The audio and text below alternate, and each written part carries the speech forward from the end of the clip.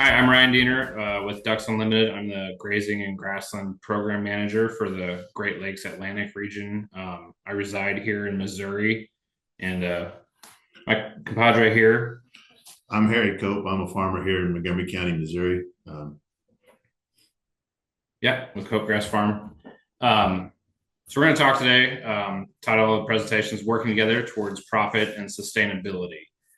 We're going to talk a little bit today about how different organizations and groups and folks that are working in the conservation sector are here and want to help and work and support local cattlemen and producers because we see opportunities on the landscape for win-wins, and we know that we want to keep ranchers in business and on the landscape. That keeps grasslands healthy and on the landscape, and it gets more rural sustainability, better economies, better ecological sustainability, and it's just all around win-wins for everybody.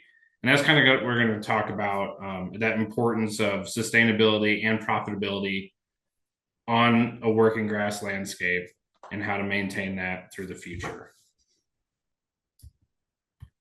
So profitability in general on cattle operations has seen some pretty wild swings throughout history, and even just within like the past 2 decades, we've seen periods of pretty much not even hardly possible to be profitable, especially on cow calf operations. Some extremely profitable years, and then a long stretch here more recently of folks really like breaking pretty close to even. Um, that top line there shows the overall gross value of production on cow calf operations within mostly the eastern U.S., but that graph's going to be pretty similar to wherever we go. Um, the green dotted and dashed line is the total operating costs of cow calf operations, and then that orange dotted line is the feed operating costs of operations. It's important to note that feed costs basically make up 68% of total operating costs for cattle producers. And that number might fluctuate a little bit depending on what region of the country we're in, but the main message being that feed costs make up a big majority of operating costs for ranchers. And that feed cost is one of the few things that we can really make a big difference on the landscape in profitability for folks. So there's a huge difference in the cost of production of feed if we're looking at homegrown and harvested feed, purchasing feed in, or if we're able to actually graze that feed on the landscape with our grazing animals that we've got out there. So the more we can graze areas, the more we can get that feed into cattle via grazing, or ruminants in general via grazing, the more profitable we're going to have the ability to be, because we're reducing that cost every time. We don't have to run across it with equipment or purchase feed in, but actually using those animals to harvest the feed themselves is going to be much more cost efficient. And then the more acres that we have in permanent grasslands for that grazing ability, the healthier our system is going to be overall. So looking at that, just University of Missouri Extension has some good data on like the relative cost per unit energy for providing feed to ruminants, and kind of that baseline number, that like full 100 number, is grazed pasture.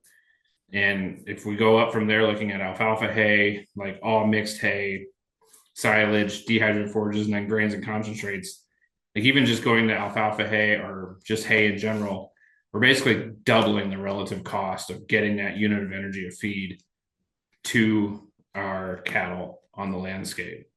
So grazed pasture is going to help us reduce our feed costs over pretty much anything else that we can do to provide feed for these animals. And again, the more acres of well-managed pasture on the landscape, the better we are economically for the producer and ecologically for the landscape as a whole. Well-managed pastures help us with, soil erosion concerns, water quality issues, providing habitat for wildlife in the ecosystem that we all have to live in. So really, the message here: hay and grain costs a lot of money if we're providing that to animals on any extended basis throughout the year in an operation. And with that approach and with that in mind, knowing that, producers want to find ways to be more profitable and have healthier landscape that they're living on as well.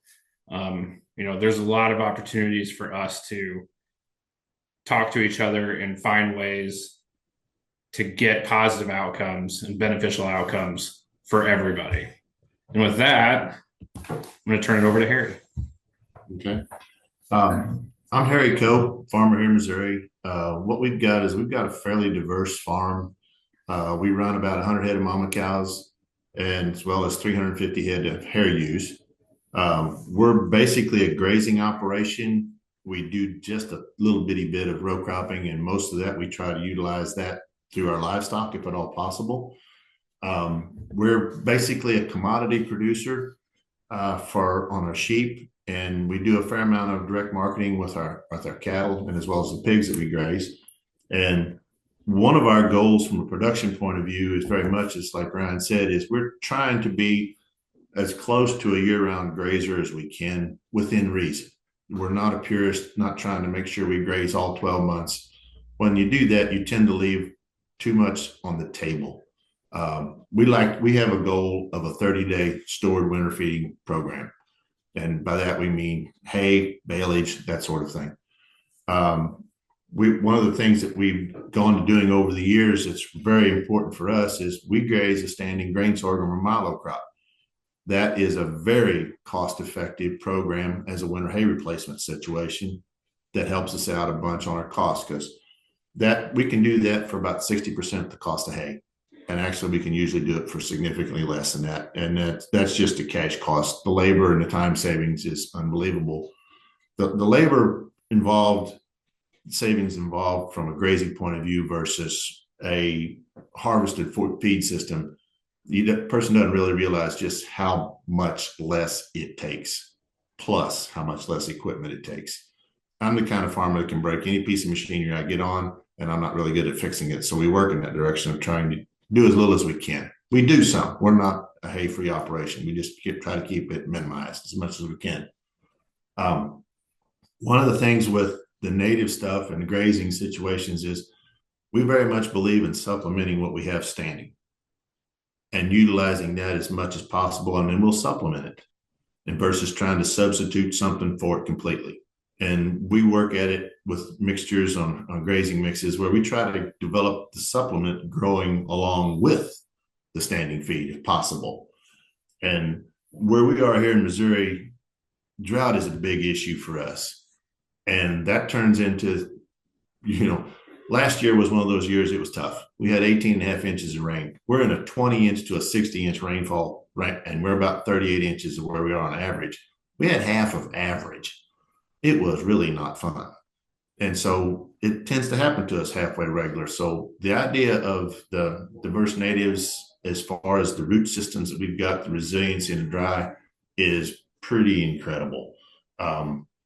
When we talk about a diverse set of pastures, we have a, quote, very diverse mix.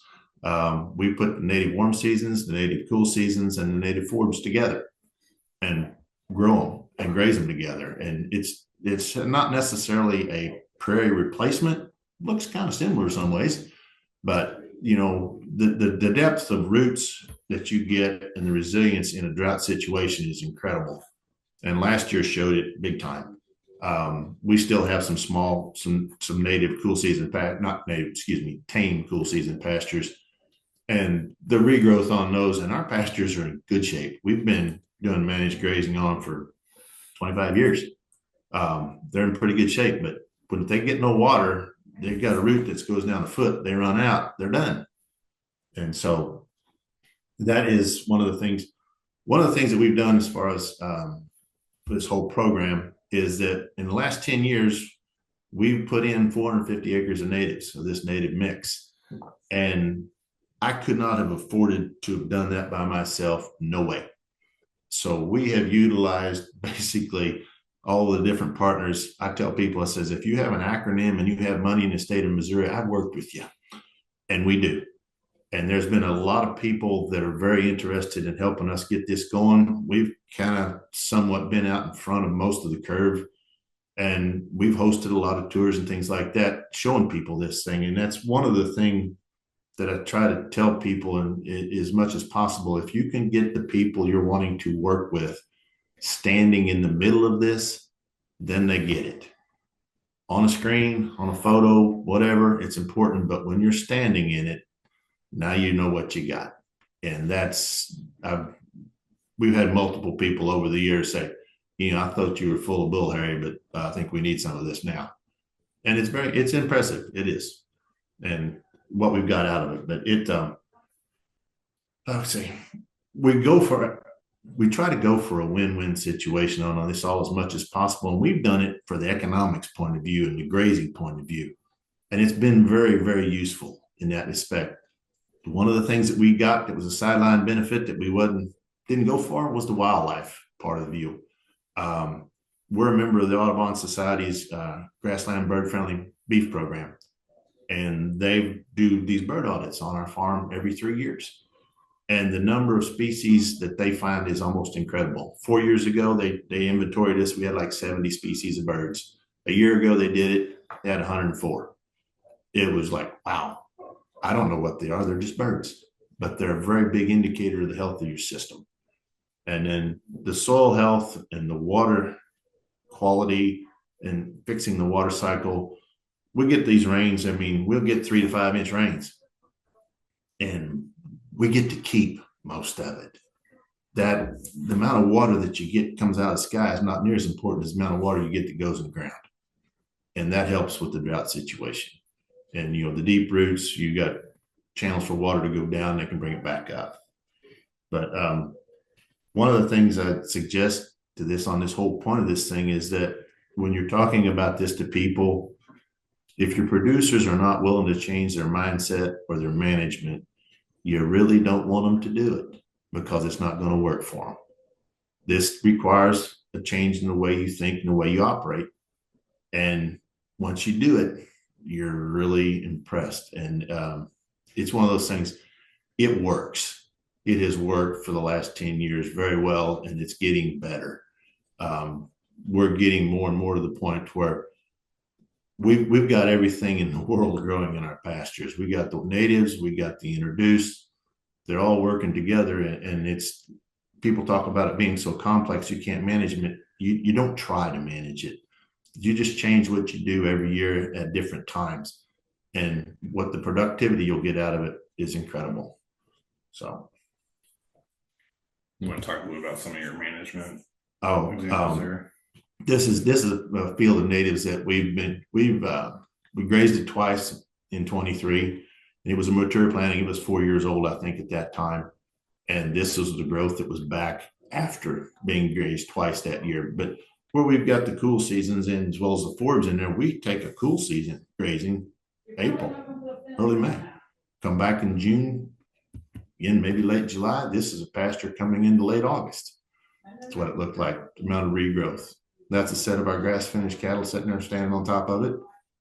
And it's like they do very well. I mean, we've got lush forages, we've got plants that are seeded out. It's very different approach and what you become used to and what works and the way that it works. And all of this stuff is being done basically in a pretty much an input-free system. We're not putting fertilizer on it. We're not running herbicides, insecticides, anything like that. That's with all that diversity and all those different plants and roots out there, we don't need to. I mean, the productivity of it is pretty incredible to see.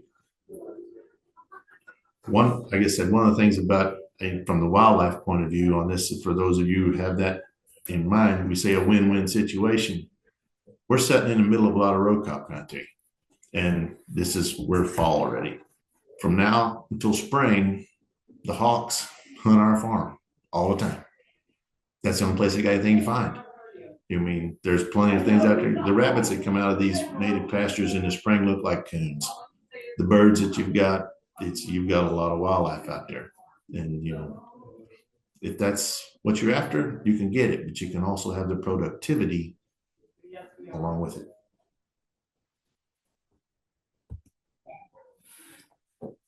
Uh, Harry, did you want to lay out a little bit about what you found with planting these mixtures on the ground and getting into production Okay. better? The diverse mix we use is we're using the native warm season grasses, the native cool season grasses, and we use the forbs. And we're able to use a mixture that is amazopic tolerant and of different things, but it's strictly as a pre-plant application. And our program is to kill a fescue fan stand late in the fall, and then early spring we will broadcast this diverse mix. And I say early spring, I'm talking February, and then we will put some of that seed in a brown pot in potting soil and set it on the south side of a building and watch it and keep it watered. And when the seeds start to come up in that pot, we've got about 10 days before they're going to start to come up out there in the field. And then we will come back with an imazapic and glyphosate treatment. Then what we've done is we've managed to kill the mature plants in the fall. And by doing this, this takes out the spring seedlings that are coming up, and it gives us a weed control option on the rest of our stand.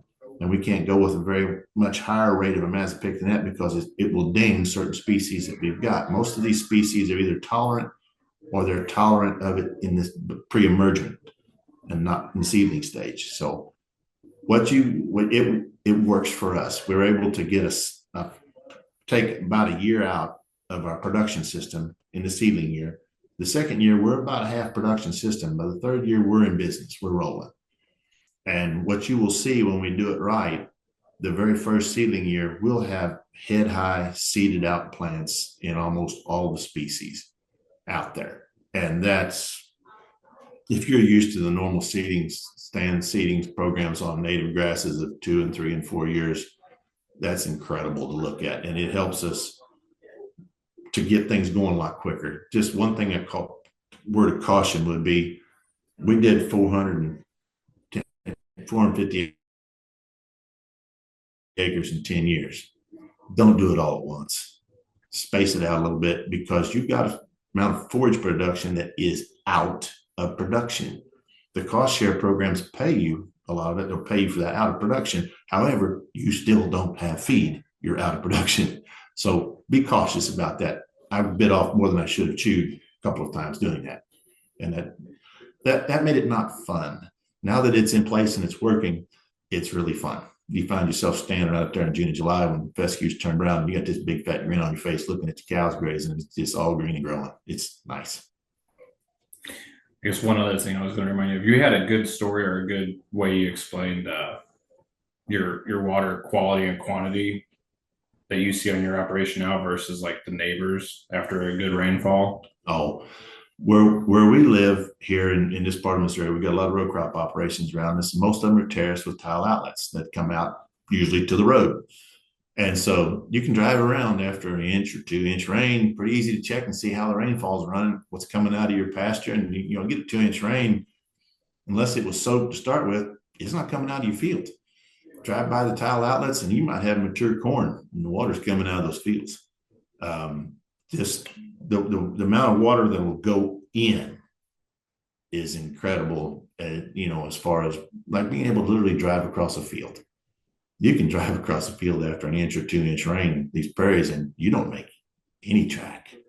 Try that in the crop fields. Then you're going to be stuck. So the thing about the water is the only thing that's important. Doesn't matter how much rain falls out of the sky. What's important is how much goes in the ground. That's what you have to work with. If it runs off, you don't have it. If it's in the ground, you've got it. And you think that's a noticeable change from even going from fescue pastures yes, to natives? Absolutely. Yes. I mean, you see, we've got very healthy stands of grass, and even there's a big difference in what comes out of a native field versus what comes out of cool season monoculture. Big time.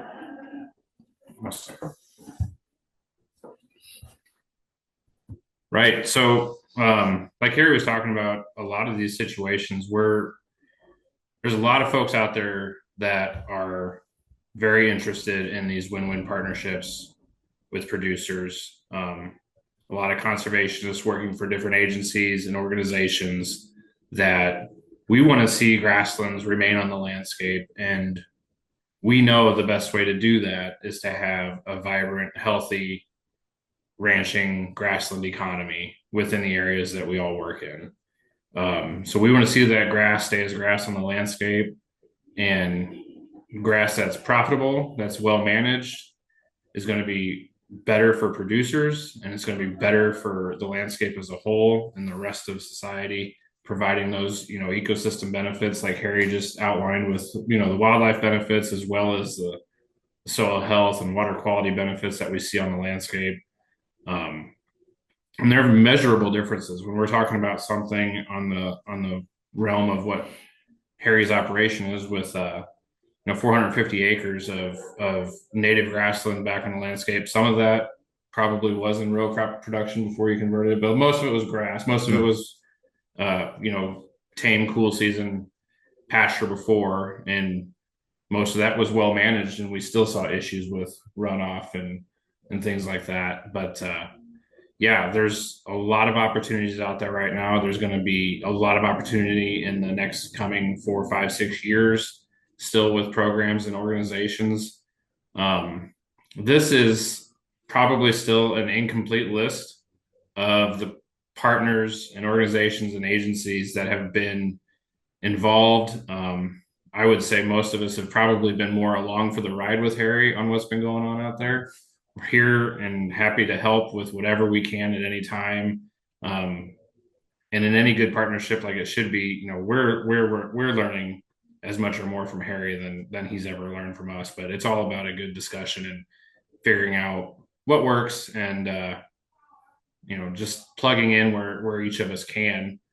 But there's been a lot of opportunities and programs in this area, and a lot of these same opportunities and programs exist for everybody else across the country. And I appreciate Harry always being willing to share information with us, share his expertise, invite us to come out and look at the operation. But yeah, over the years, we started working together, 12 years ago at first? It's been a while. Been a while.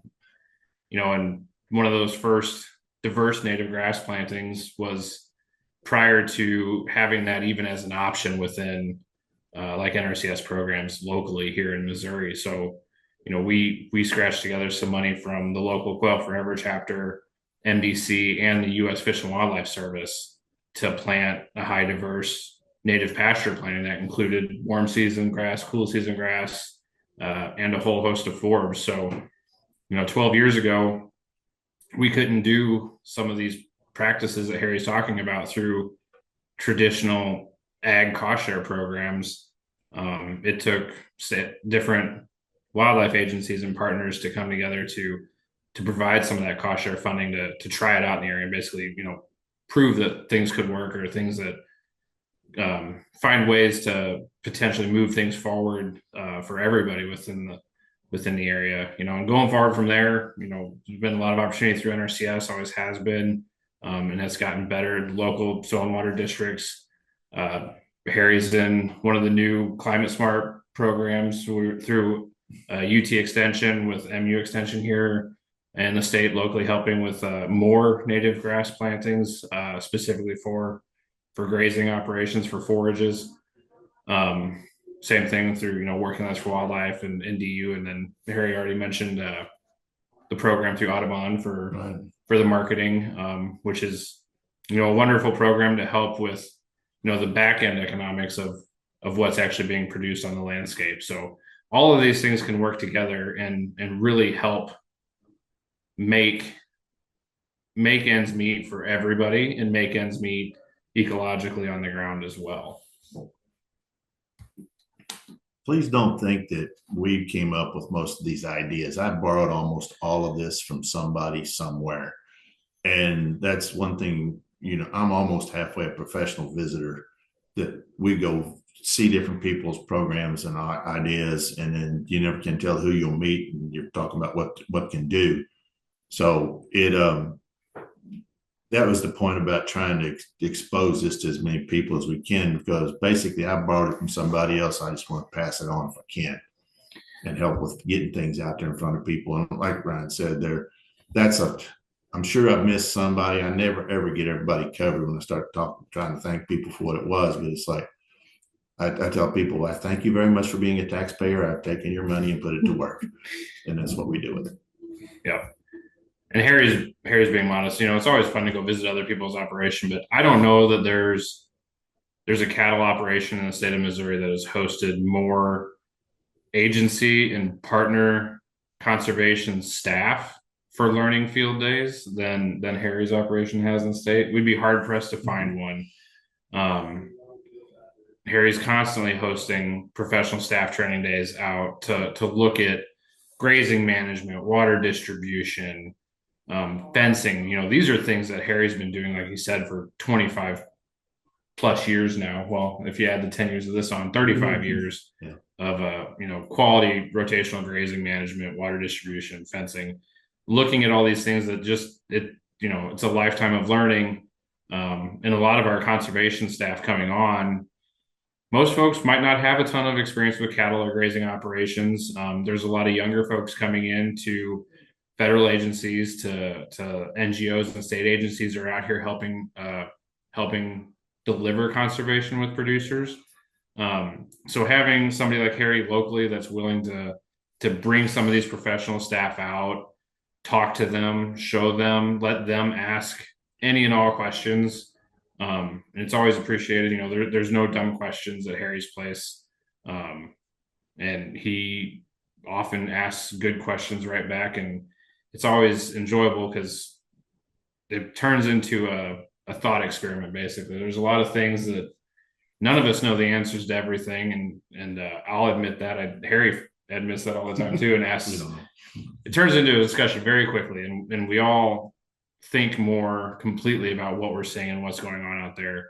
And his willingness to do that and host these trainings with conservation staff is making these staff members better at what they do and better at helping deliver some of the same messaging and helping deliver better conservation options to other producers around the state and around the country. Harry's hosted trainings or field days for state office staff from Missouri and other states. I know you've had some national office staff out there to look at some of this stuff. You're going to be, I believe that UT Extension Project includes doing some research stuff out there. So he's, and you've been working with MU Extension on some things like that too. So, his willingness to give back to helping spread some of this stuff is important. And I really think, like, if we can all work together and find those opportunities, and if there's folks that are willing to do that locally, that's what makes a big difference in helping spread some of this, regenerative type work that we're doing that can really help producers be more profitable and more sustainable within their own operation. Because, like we said before, sustainability it goes two ways. Sustainability on the outside, which everybody thinks of as, environmental sustainability, but sustainability is only important if the producer is also economically sustainable into the future and long term. So helping spread that message is important. Well, one of the things for us is like this old adage, I'm the fourth generation. I live on the farm that my grandparents lived on. And I can show you where the log cabin was built when my great grandparents homesteaded it. And it's very much trying to pass this on because my daughter and my son are involved. And, that's this is what they've grown up on. They have sometimes a hard time comprehending other ways of doing it, but it's the idea about passing it on, keeping it functional and viable into the future. Because the idea is what we've learned is to pass it on. Don't let it go with you when you leave. That's the biggest waste of time that was ever invented. If you learned it, don't let it go with you. Show somebody else. Right. And like Harry mentioned, here's another photo. This is young conservation staff on a training out here. This is the same field when Harry was talking about what they've learned with like getting new plantings established. It's really the past 10 years, 12 years of doing these plantings out there. we've progressed a lot in the ability to do this in the East. And so replanting native grass pastures here in the Eastern US, a short 5, 6, 10 years ago, in some places still today, it's told that like it's really difficult. These things don't establish well. It might take 5 years to get a stand. Um, there's some folks who've been doing native plantings for a long time that had been working towards improving that, and I don't think it was ever maybe as bad as some of the horror stories that get shared or told. But it's important, finding these ways and working through all these different partners and bringing all this knowledge together, but knowing that we can take an area that's either cropland or degraded tame pasture and be able to help improve that pasture with native grasses that are going to produce more forage and be better for water quality and soil health. And that we can do that in a year time span and be grazing that in year two is a big step forward in helping with making that sustainable move for people and being more profitable on those acres with that production. So with that, well, and here's a photo. This is a mixture here of conservation staff and other producers, and it's not just the conservation staff, but Harry hosts other producers that maybe have seen him or heard him talk at other conferences or events, but you get random phone calls or emails from people just saying they're swinging through if they could come out and visit, right? Yeah, I mean, we'll make it work. I mean, I'm happy to show it to folks, and the more people you can show it to, the better off. Somebody's going to catch it. That's this is one of the diverse native stands here. This picture it's been great at that point in time. It'd been grazed twice that year. Yep. Actually, real quick, one of my favorite stories about that part of what Harry's willing to do and talk to other producers and help spread that message to other producers as well is I a few years ago was actually living in a different state and was home in the local area for a week and took a staff member out from an organization that I used to work with and was just showing them around and showing them some of the old practices. And we were just driving down the county road on a random Thursday. And so I was showing him some of the pastures we planted on Harry's. Actually, I think we kind of ran into you right here by this field, but I was just showing him around, and all of a sudden, here comes Harry driving on the road, and he's got a guy in the passenger seat and somebody else in the back seat, and they're both wearing big cowboy hats. And he just happened to be randomly giving a tour of his place that day to a couple guys from Oklahoma that had been passing through for a different meeting or conference and got hold of you. So we jumped in the truck and took a big tour together with them. So it's just, that's the type of thing that you can't replace that's so important to be able to help share and like let folks know what's going on. So I think that's one thing that I've always really appreciated. And there's a lot of folks that as you're trying new things, especially if you're going out on the cusp and doing some things in your area that maybe others have even said that you can't do or it doesn't work here. If you do it and you're successful, please don't be scared to share that. Like don't let the naysayers keep you from talking about successes. If it's successful and it makes you more profitable and it's good stuff, those are all things that need to be shared. Don't let the naysayers keep you from spreading good news and good word to your fellow producers out there on the landscape. And if you got a good idea and it doesn't work, good ideas usually don't work the first time. If they do, it scares me really bad. But I mean, if it doesn't work the first time, you figured out a way it didn't work. Now, work off that. And sometimes it was just it's a small tweak that you need to do something. But even it has worked even when I screwed it up. And so there's it actually worked almost perfect the very first time. And I thought I could make it better. And I spent 3 years figuring out that I wasn't making it better before we went back to the original plan. But it's well worth it. When you look at what it's worth down the road, the first 2 years could be tough. After that, it's pretty sweet. Yep. And I guess I say, don't be scared to share your successes. Don't be scared to share your failures either. We learn a lot more from that. Telling what didn't work and why is very, very important because somebody else is going to try that. It's like save a little bit of heartache there. It's like if we know something doesn't work, how do we know it didn't work? Okay, don't do it that way, but maybe if we tweak it this way, it will work. And so, one of our major claims and fame is I know a lot of ways to not do something right. And we know a few ways to make it work right. But we've tried a lot of stuff, and failing is basically fatal if you let it be. Other than that, you learn. Just you always learn something and learn not how to do it. But give it another go. Yep. So take the step, reach out, see what potential partners are out there for you to help, enrich your thought process on your own place. We're here to help. We truly are. I know that's kind of an old adage, especially for the government folks, but we're truly here to help. We enjoy doing this, and we're here to help see win-wins on the landscape. And we want to see producers and cattlemen be successful and profitable and keep on going, because that's what keeps the landscape tied together.